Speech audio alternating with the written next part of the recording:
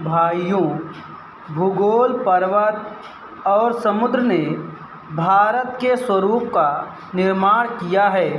कोई मानव संस्था इसके आकार को बदल नहीं सकती और ना ही उसके अंतिम लक्ष्य में बाधक बन सकती है। आर्थिक परिस्थितियों और अंतर्राष्ट्रीय मामलों की लगातार मांगों के कारण भारत की एकता और भी आवश्यक हो गई है। भारत के जिस चित्र को हमने अपने दिलों में संजोया है, वह सदा हमारे दिलों और दिमागों में रहेगा। अखिल भारतीय कांग्रेस समिति गंभीरता से यह विश्वास करती है कि जब वर्तमान भावनाओं की उत्तेजना समाप्त हो जाएगी तो भारत की समस्याओं को उचित परिप्रेक्ष्य में देखा जाएगा और भारत में दो राष्ट्रों के अस्तित्व के झूठे सिद्धांत को समाप्त कर दिया जाएगा और सभी इसका त्याग कर देंगे। सामान्यतः राष्ट्रीयता जातीय, भाषाई अथवा भौगोलिक तत्वों पर आधारित होती है, परंतु इस्लाम का अलग अस्तित्व है जो अन्य धार्मिक वर्गों में मिश्रित नहीं होता। 55 वर्ष की स्वतंत्र धर्मनिरपेक्षता राष्ट्रीयता के बाद आज भी कई जिम्मेदार मुस्लिम नेता दावा करते हैं कि मुसलमान अलग राष्ट्र है।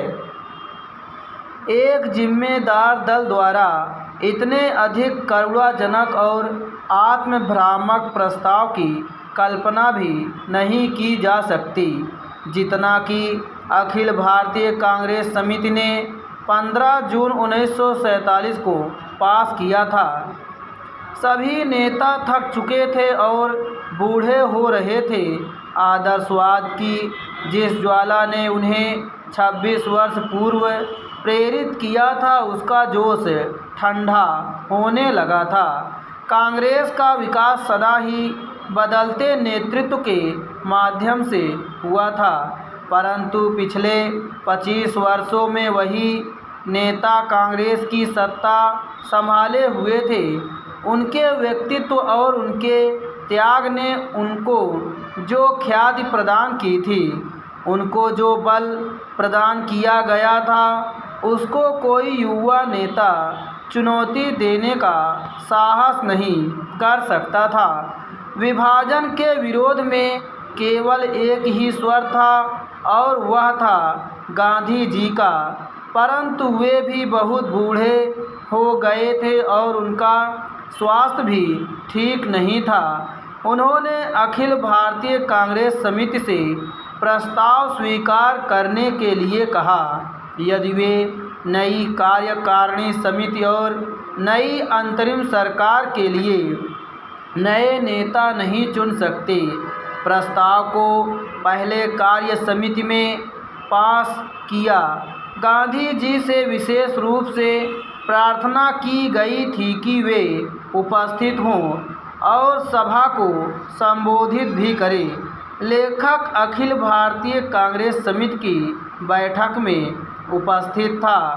गांधी जी का भाषण स्पष्ट रूप से उनके दुख का द्योतक था। उन्होंने कहा कि उनके विचार सर्वविदित हैं, फिर भी उन्होंने अखिल भारतीय कांग्रेस समिति को प्रस्ताव पास करने की सलाह दी।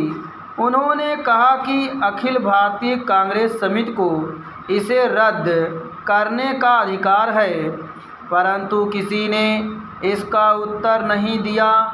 उस समय ब्रिटेन भारत से चले जाने के लिए और अपनी साम्राज्यवादी धाक छोड़ने के लिए बहुत उत्सुक था। अब यह बोझ उनके लिए बहुत भारी हो गया था। एशिया के राजनीतिक पुनरुत्थान की उठती हुई लहर को नियंत्रित करना था।